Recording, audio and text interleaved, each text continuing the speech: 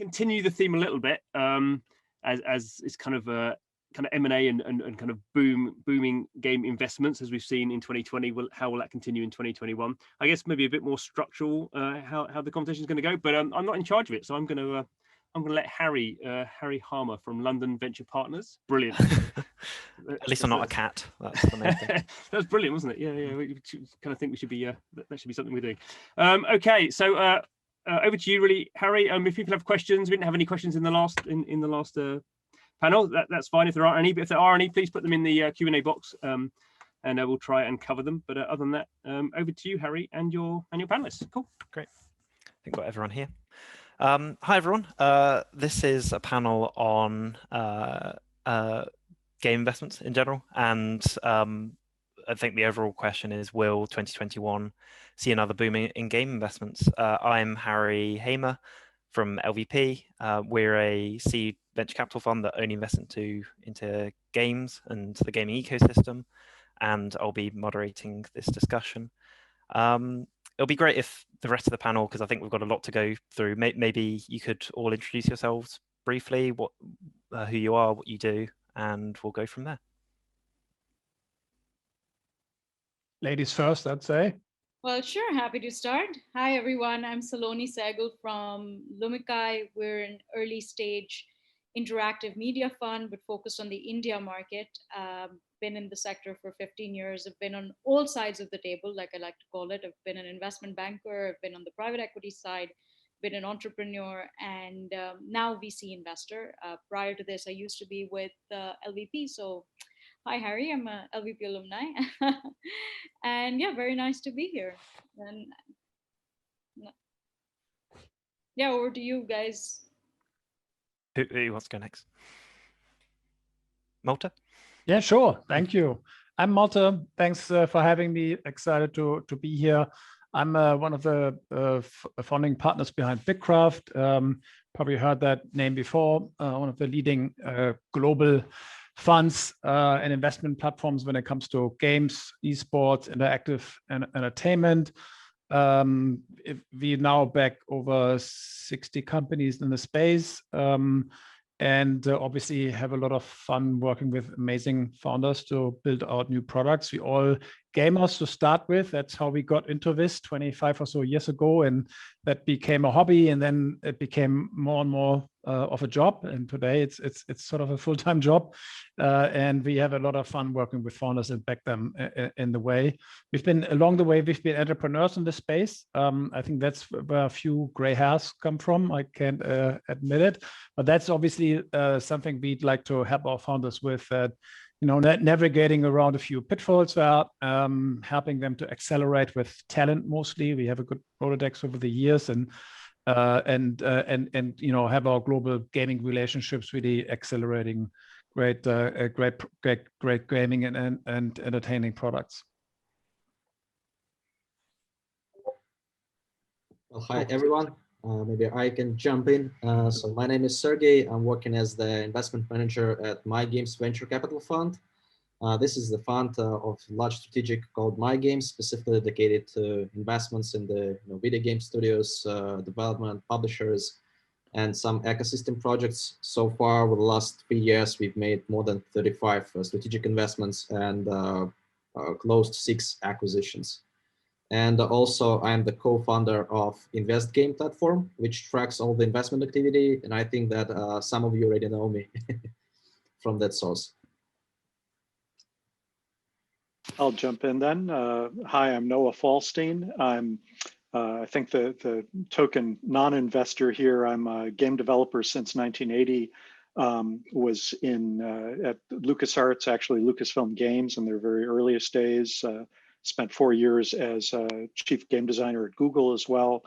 But a lot of my last 10, 20 years have been as a freelancer and working with lots of startups. So I'm very familiar with the whole investment phase from the developer side. These days, I've been working in a couple interesting, relatively new areas. Specifically games for health, which I really think is taking off, and I'm sure I'll talk more about that. XR of various sorts. I wore Google Glass for a year when I was at Google, and I can't wait to see what Apple's doing for hopefully a slightly more fashionable way to approach that. And I do a lot in interactive storytelling and big sort of film and crossover IP. So I'll be talking about how investment has been happening from startup point of view. Just picking up on that, perhaps it's unfair to call you out on this, Noah, so early, but what do you think has changed over time, given your perspective as the token non-VC? Because previously there was an idea about games being very creatively led, being hits driven, and the reliance on publisher money being required to fund title. What do you think has changed over the years, and why do you think now games have become such a hot commodity across all stages of funding? Yeah, well, I certainly have the perspective of starting in the industry when it was basically a hobbyist market and people thought we were crazy, and I had a lot of people warning me that this was probably not a great career choice because it was just a fad that would blow over. So it's nice for me to see, it's a cyclical thing, and I've been through various crashes. I've seen PC gaming being declared dead at least 3 times, and basically what it's taught me is that there are always new ways that games have been reinventing themselves. And frankly, I don't see this time any different. I mean, we're clearly in a bit of a boom, partly because of the whole pandemic, but so many promising areas are growing really rapidly. And people have been complaining, not quite since the start, but certainly since the 90s of, oh, you can't start as an independent anymore. You need, ridiculous amounts of cash, but ridiculous amounts of cash in 1990 were quite different than, what you need right now. So I'm still quite bullish on it. I do think that, the cycle we always see is that there's some new twist that people jump into, do some really fun creative stuff, and it just takes off. And then suddenly it requires tens of millions to actually even just get started. But indie gaming is healthier in many ways than I think it's ever been, and there's a lot of creativity and and churn at that level. So I'm still very optimistic. And these other areas, the games for health stuff that I'm doing has huge upside potential, and I'm seeing lots of investment flowing to some of those things like esports as well, that has plenty of room to run. Nice.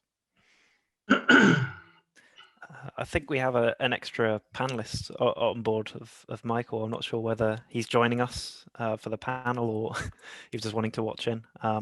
But he comes across as pretty invisible to me here. Yeah. Does anybody else have any thoughts on that? Yeah. I'm happy to jump in. I think what Noah said is so true. I think more than games becoming, I think what we've realized is that now gaming has become mainstream. Now broader tech and media is starting to talk about gaming. Games investing has become a bona fide asset class in itself, and the industry is now too big to ignore. And we've seen this through previous cycles, and I've tracked gaming for a very long time, both the global markets and the emerging markets. And every time we've seen gaming cycles occur, they have typically expanded the market rather than cannibalize it. So, and this is very true for gaming, and gaming is unique in this because in other markets, whenever there's been innovation, those markets have typically seen creative destruction. You saw broadcast TV move to VOD to Netflix. You saw music move from cassettes to CDs to MP3s to next generation platforms like Spotify. But in the case of gaming, you've kind of seen the market expand. You've seen arcades, consoles, mobile games, next generation category leaders, and each new cycle produce new business leaders, many of them who have grown inorganically. And interestingly, incumbents in gaming are ready to pay for and richly pay for new cycle innovators. And as a result of which the industry keeps growing, it becomes bigger and it becomes more relevant. And that is something that is being reflected in current times. So we've seen now is a culmination of not just the pandemic, but basically what's been happening in the last 5 to 6 or 8 years of new gaming cycles which have occurred. And I think it just gets bigger. If I may jump in on this one, I think it's a generational shift, right? And when you talk about generation, I'm not thinking like age or whatnot. I'm thinking like brain rewiring, right? When you think of like how the brains were wired in prior generations, and I'm taking myself to the same. Like I'm like on the pyramid edge of millennia, so to say. I'm likely not as wired as many younger people in the generation. But when I look at my kids, for example, on how they started to rewire their brain compared to how I rewired my brain back then, I mean, they start very, very early with very different shapes and form of human-machine interface. And then you sort of look at what that does to the brain and how the neurons are wired, they just completely different rewired. And that eventually is a key driver for a complete new form of entertainment, which is much, much more immersive. And I always keep saying, I'm not a neuroscientist, but this is a big area of interest to me. If you would put like a gamer on a functional MRI scanner and put let's say I'm not want to put it on Netflix, but like a passive single user experience of entertainment on the same fMRI scanner, you would see a very different thing happening up and lighting up in the brain. And that just does much, much more immersive sort of emotional touch, connectivity, and then the social aspect of it. I think when we started games, I mean, it's been a lot of fun to do single player games, right? And we did it for a long time because we never could do it connectedly. And then all of a sudden, I remember us being in the computer lab at university. We got the first time connect our computers. Man, that was a dimension, a galaxy different in terms of the fun that created, right? All of a sudden, now we all play through the use of widely available technology together as a normal demote thought of gaming. That is just in terms of the connectivity and what sort of brain centers that stimulates, it's a very different story. And I think this is just the sort of the underlying driver of all of that, which we to some degree can already see out there in the adoption curve and the huge growth there. Yeah, I would say that actually it's also important to mention that the ecosystem has changed itself. So I mean, like if we're speaking about let's return back 10 years ago. Yes, it was primarily considered by investors as the heat-driven business. Nowadays, we see that a lot of monetization models, new monetization models have been, discovered. And right now, when you're speaking about the games, you're speaking about this as a game as a service. So it's more like more predictable revenue stream that you have, more predictable actually income that you can get from all of that. And what I would say has been, actually played a great impact on the whole industry and the investors' attitude towards this industry is that it has showed, several times that this is a pandemic-proof business. You have a we have a relatively small check to have a huge kind of pleasure and, be happy while playing games compared to other entertainment activities that you might select. And this has also have, increased kind of understanding that games are actually pandemic-proof, not heat-driven business. And moreover, nowadays you have, a lot of tracking solutions, and it's much easier to track the sales that you get, that you can get from the digital, stores, rather than being it's a physical retail stores where you should, take some time to collect all the sales, etc. So you can immediately respect to the changes in the industry happening. And of course, speaking about Unity, Unreal Engine, all of that also helped a lot of developers to mitigate the risks and to lower down some production costs at the beginning to test the hypothesis of, the game to be successful.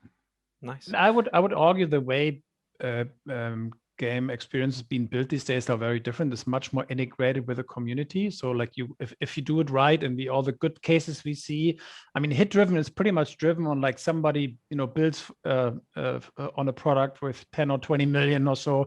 And at some point opens the door and say, oh, by the way, here's my great product. I ship it and let's see what it does. Right. And yes, a few focus groups and whatnot. But these days, I mean, you put out products way earlier in the hand of a community. They're not ready. They're like an alpha. They're just trial and whatnot, and you start to engage with the community very early on, listen to them, talk to them, make them sort of owner of the product, and integrate them into sort of the production process, which you get a much earlier feedback, and not just after 10 or 20 million invested budgets, but also maybe after a few 100K or 500,000 or 1 million, which really makes you turn differently in the process. I think the technology enables community and therefore a very different production process, so to say, which I would argue that the failure rate sort of decreases.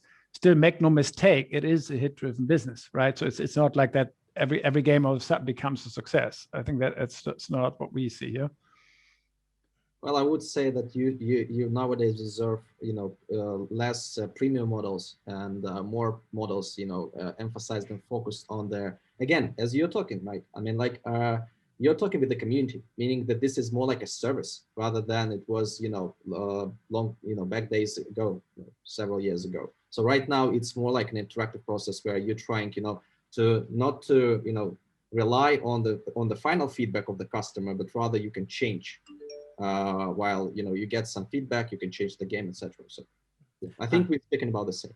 Yeah, no, I think it's interesting that you're deconstructing hits driven. What one side is the execution risk of launching a game and no one buying it, and there's the hits driven mantra associated with it being a product based revenue form, where you have a big boom and then there's the tail revenue, but that's less important. Whereas over time, with games as a service, that revenue increases. So I think it's the combination of what you're both talking about. But I think it's really helpful to provide the historical context. But then I guess picking up on what Malte was intimating, moving forward into 2021, what gaming trends or genres are you most excited about? What do you think will drive a lot of investment? Yeah, happy to take that one. Look, I mean, I think what we're most excited about at Lumikai is emerging markets, right? Particularly India.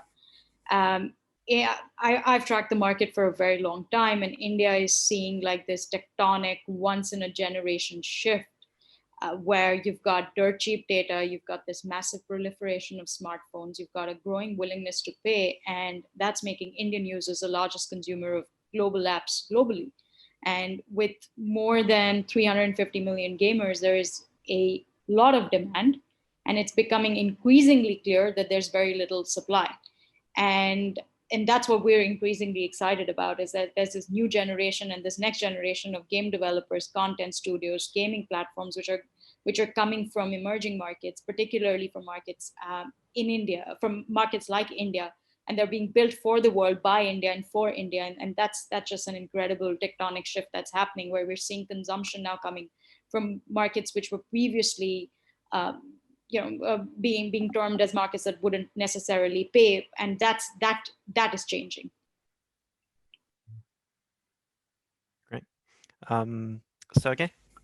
Yeah, well, I would say that definitely multiplayer games are right now very hot, and probably will continue to be very hot. While there are some awesome single player games like Last of Us 2, but still you see that the MMO games allow you basically to have a smoother basically an interaction within the community, since you have a lot of players always engaging with it within some universe that you have built internally. And if we're speaking about particular genres, I think that what would be interesting maybe is to see some, real-time strategies on mobile platforms. We'll see, mobile RPGs going cross-platform. I think this is some trends that I observe nowadays as one of the most interesting, actually. Yeah, I would point out. I mean, I totally agree. Obviously, the vast inflow of new users, and we also active in Asian markets, and India, I think, is a great example. Southeast Asia is interesting and stuff, where you have millions and millions of new users monthly coming in, which never played a digital game before, ever. So I think this is this one to be, and I think sometimes with the Western world view, you go like, yeah, this is very advanced, and we got to go and do the next sort of super sophisticated sort of turn on something which has been there, and this is like where like we get a sheer new population of first time users ever. I think that's one. And then secondly, yes, echoing the multi-platform aspect of it. I think this is something where we only see the beginnings, and that's to some degree also leads into something we're super excited about, is sort of the buzzword cloud. I think it's somewhat misunderstood occasionally, but when I think cloud, I'm thinking like natively designed for cloud in the game design pillars, not just hosting, like, which is like what many of the game companies, or if not all of them, do right now, but like the harvesting sort of a cloud as a platform, so to say, which from any device you can jump into a game session. So there's a huge accessibility. I can cross over from like playing and spectating. I could have a massive multiplayer experience without having to download anything. That is something which is really exciting for us, because that is just something we've never been able to do before, and this is just happening right now. So like you could track like the advent of any new platform. That's one of them, which we just see sheer through bandwidth, accessibility, and the availability of devices, which we are very excited about looking at. Yeah, I see we're having the danger of an informed panel where we all tend to see things in a similar light. But the positive side of that is that I think our audience here can count on the fact that I think this is really true. And I'll just reinforce, add some other bits to the spectrum. I think the Chinese market is quite interesting. It's very difficult to penetrate if you don't have an agent in China or a development group there, and there are obviously complications, but like India, it's just an enormous market in size. The quality and capability of phones in particular just keeps spreading worldwide.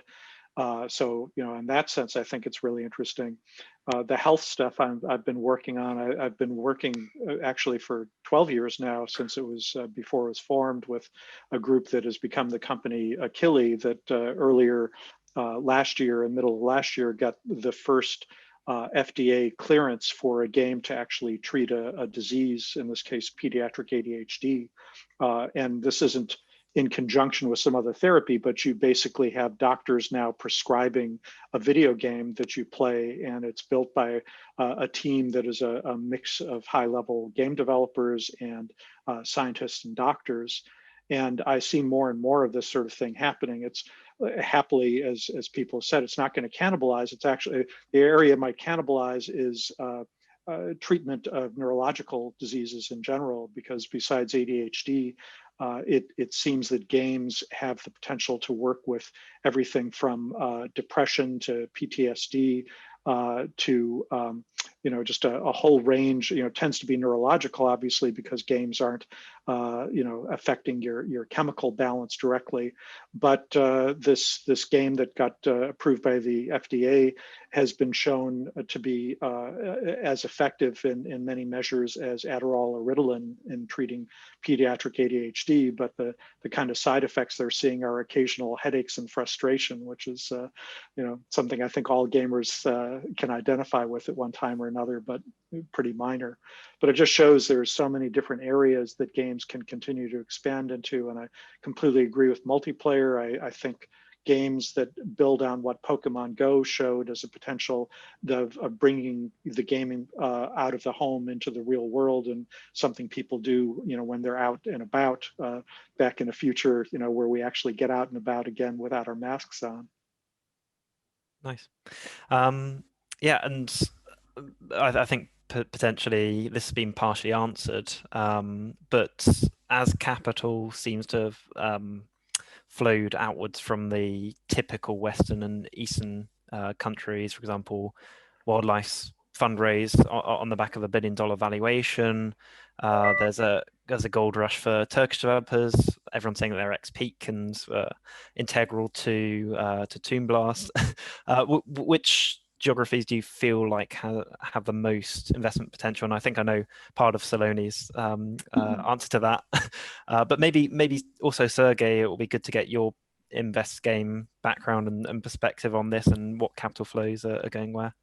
Yeah, so actually, looking back in 2020 year overview, I can say that still, I would say the majority of value is coming from, of course, the US markets. So this is #1 market still in terms of the capital employed into the gaming industry, followed by the UK and Finland. So this is an interesting trend. So right now it's moving towards the European region, but I would say that maybe in the next few years, actually what you can see with the acquisitions that is already happening, and where the acquisition happens, there are money of VC flows afterwards. So you will see, I think, much more investments going into the emerging markets, as already has been mentioned. And India should be a very interesting, I think, market for all of the current strategic guys, in the gaming industry. And I think that also Russian sales region would be also very interesting to to a lot of players, since you have seen just recently, Nexter is going SPAC. And there are actually a lot of, I would say, very talented and promising studios that has a relatively, cheaper cost base compared to the San Francisco guys or, US based typically, I would say. And this means that, if you're like VC guy, you can invest substantially less amount of money in more studios, in more promising, guys, and have a much higher return, have a much higher expected return. So you diversify your risk. So I would say, yeah, emerging markets and betting on India and Eastern Europe here.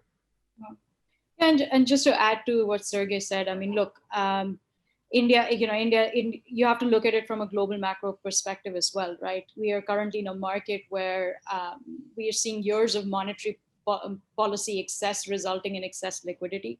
We're seeing peak markets. We've seen a decrease in 10-year sovereign interest rates, as spread compression. And this encourages that excess liquidity. And when there's a search for high yields, it has historically always come to markets like India, for example. And India has always been a big beneficiary of FIF inflows when these kind of economic cycles happen. And interestingly, gaming is obviously, because we're kind of seeing that shift happen, over the last 28 months, nearly $750 million of investments came into India by way of games investments. Nearly $500 million of it was just last year.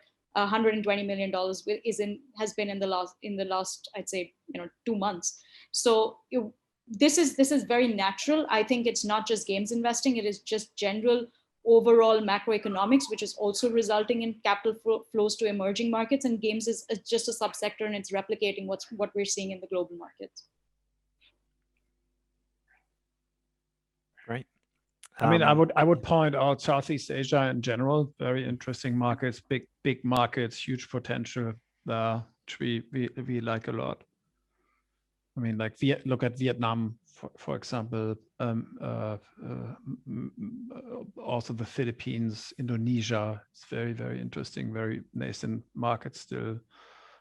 Which, like, if back to China, I think yes. I mean, many of you know I cut my teeth in China, and I have all those war stories with me. It's not an easy to navigate ecosystem. Same like India, I would say. It has different challenges, but it's still you bring a few armored jackets and helmets with you. You're gonna have a lot of fun with it. But like it is Southeast Asia to me, like smells and feels a bit like China 10, 15 years back. Same with India, and we knew how that story sort of played out. It will be different, I think, but it is sort of a time to move where we see the huge acceleration when it comes to the availability of digital devices you can actually game on, right? Which is a key driver. Bandwidth is a key one, right? When you look at the bandwidth and how this evolved, even with bigger markets with a lot of gamers, and you dig into, like, Philippines is one example where we've been real life, or even Vietnam, where it's just the connectivity is just not there yet, even though you have so many gamers. So like for multi-gamer experiences, it's just the sheer service layer to enable quality of service is not there, and everybody knows, and the probably the game developers listening here, that you have a very, very hard time delivering a great multiplayer game experience if your connectivity sucks, right? So you got to have that in place, payments and all of that just above sort of layer, which sort of start to get that to enable like an ecosystem that delivers the experience at scale, and then obviously create value with it that is attractive to entrepreneurs the foremost, but then also for investors and community in primarily. Great. Yeah, and then moving on, where do you see games going in the future? Because I think there's been a lot of great points on what's happening in the near term, multiplayer, cross-platform, bit of cloud stuff. But we're also seeing games starting to encroach and pervade other forms of media, as well as social networks. And you can thank Matthew Ball for popularizing the metaverse, and a lot of generalist VCs and even later stage investors piling in on games. But outside of all the hype, where do you see games going in the future? Well, building on metaverse there, this is something that's interesting. At LucasArts, we had something called Habitat that only got very limited release, but it was the first graphic-based, massively multiplayer game back in '86. And it was interesting to see. It's interesting to see for me that even before that, you go back to like the multi-user dungeons and the text-only stuff. A lot of the issues have remained the same, but people's thirst, I think Malte, alluded to this, that when you get people playing with other people and doing so in real time and available everywhere, it's just more of how we're evolved to play, just as human beings. And it, I think, is an area to look into. I do believe that wearables of various types, we're already starting to see it with the smart watches and the extra body monitors, but also the fact that we're able to be constantly wired in, and with, at least in the sort of wealthier countries, moving to 5G or Starlink for dealing with these problems of being able to be connected at any time, any place. I think we're going to see a lot more in that area. And one of the things I love is that, to predict genres is very dangerous, because often what comes out sometimes out of nowhere is, the whole reason that people flock to something. Pokemon Go, I've mentioned before, because I think in that 1 month in July when it debuted, it was out earning the every other app on Google's Play Store that particular month, just that one game. And I'm not talking about just for games, but it did better than all of their productivity apps and everything else too combined.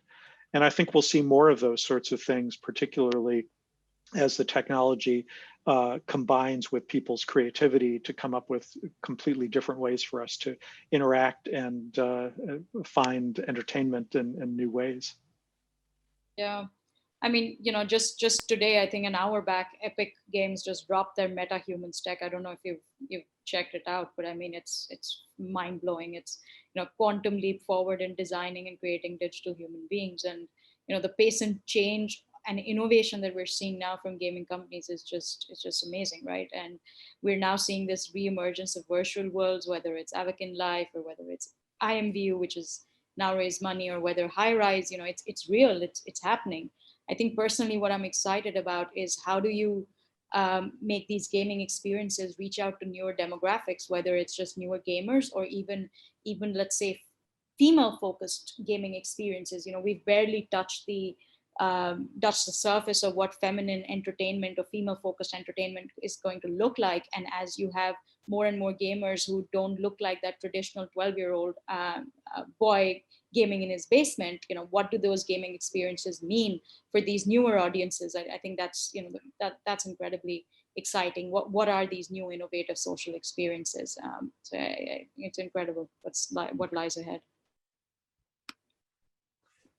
Yeah, I would say that we definitely would see a lot of, let's say, gamification around. So we have already seen this in education markets here, where you apply the same, kind of philosophy of the gaming. Yes, you're trying to entertain with your user or your target audience, and that's all that has been already mentioned. It's all about, I would say,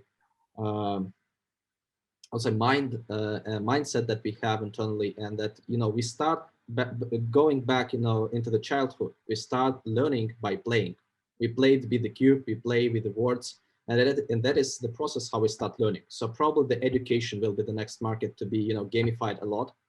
I also think that nowadays we already see this: interactive movies, interactive stories, all the new content will be probably gamified somehow, and we will see more films where you can select what's your main character going to do, and what's going to be the outcome of the film, or whatever content you actually consume. So these, I think, the two most expected trends that we already observed, and that's going to just evolve further in the coming years.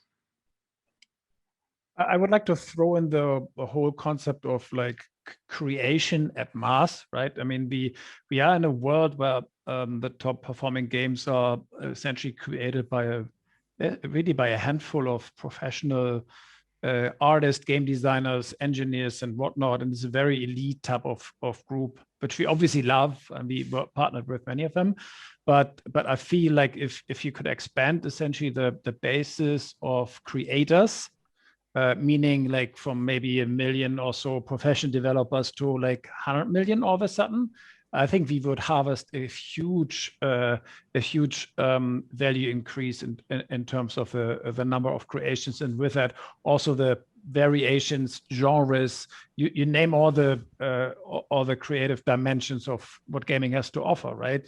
I'm a big fan of that, because that is like, I mean, we talk about like metaphorically about play, but I think for me the bigger thing is creating. People like to create, they like to create together, they like to self-express, and giving them a space to do so, giving them easy to use tool without having to code, without having to be a master artist, without having to be a major game designer and whatnot, and just bring this stuff out. And pointing to like Roblox example, like the kids just have very easy tools to create and express themselves through play with their friends, and they could create something. And if you just count the sheer number of creative attempts, outputs, I think that will be driving a lot of the ecosystem.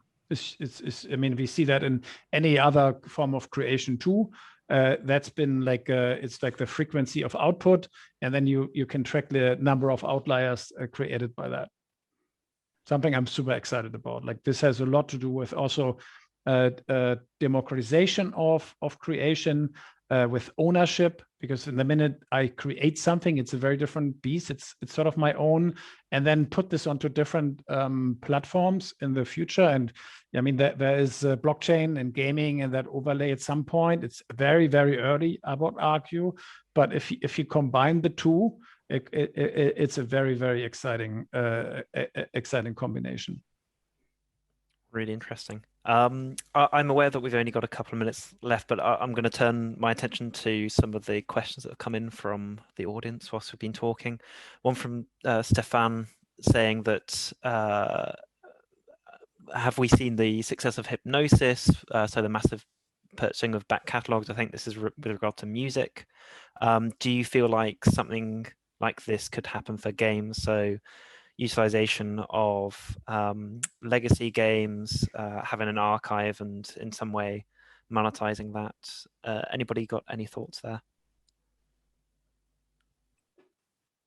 Well, having seen some of the games I worked on decades ago make comebacks, the first published game that I worked on was an arcade game called Sinistar. And for many years, I had kind of given up on it ever having any life again, because there are only a certain small number of cabinets, these games made. And because of, all of the emulators and, the easy availability with these online archives that certainly already exist, then I keep getting contacts from people who weren't even born when the game was made, but who are now, in one case getting a tattoo of it, in another case it was a woman's master's thesis. And it's nice for me to see that games, I think much like film, old classic films, people will still see Gone with the Wind or Wizard of Oz, and as well as obviously much more recent but still relatively old pieces. And we're seeing that in games and entertainment. But I also think, like those other examples, it's going to be just one of the many pieces of the spectrum. I doubt that we're going to see a renaissance where everybody suddenly runs back and is playing 8-bit games again in any large numbers. Yeah. Nice. And then another question, because I'm just trying to quickly go through them. I think this is a general question about now that large acquisitions have gone through, what are some acquirers that are looking for smaller studios as between 1 and 3 million EBITDA? Do you think that there will be a trend towards greater M&A action at earlier stages as the bigger targets are already getting acquired? I mean, it looks that way, right? I mean, what just happened within the last, let's say, 9 to 12 months, it's just to have this massive elevation across the board, right? Which you could argue maybe it's a little ahead of the underlying growth curve, so to say, and it may fall down again a little bit, maybe, I don't know, a few months out. But I think this underlying groundswell is definitely pointing in the right direction there. And it seems as for any segment of the M&A spectrum, there seems to be interesting pockets who start to acquire and accumulate. Yeah, I think also just to add to that, right, in gaming, value creation historically has taken place privately, right? And we know this because 80% of exits in gaming occur via M&A, and this has been amply demonstrated in the last 10 months or so. And this is just completely core to the way the industry expands and innovates. And there is this massive this massive kind of big block of M&A that occurs in between the $100 to $500 million mark, and then there's a long tail which occurs, which are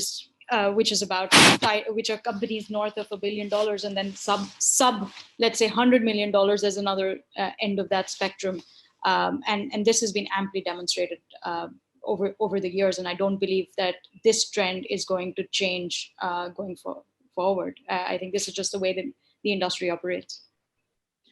Well, I would say that we're gonna see probably, just that here, we're gonna see probably more corporate strategic investments going forward, since you can already right now see that a lot of huge strategic guys, trying to catch up the studios from the very early stage of their life, helping them with the growth, helping them to scale to the next level.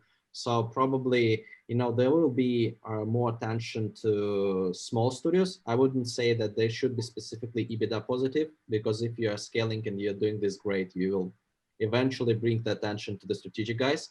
So it's not about, 1 to 3 million EBITDA, it's more about your revenue growth. So if you have it, or if you have an interesting game, then of course there will be much more attention from the strategic players to the studio, because as we all see, one day you are a very small studio, and just 30 days after, you're already making like 10 million plus net revenue per month, and growing like, I don't know, 100% month over month. So that's why you're trying to catch the opportunity at the very early stage. Great. I think we're out of time, but John might correct me if I'm wrong. But aside from that, okay, I'm going to act as if as if we're going forward. Thanks so much for everyone being on this panel. Really interesting views, and I feel like we've just scraped the surface of some of those topics. So thanks again for everyone's time, and of course for everyone who's listening. Thank you. Thanks for having me. Thanks for Thank listening. you. It's been a pleasure. Keep pushing the envelope, please.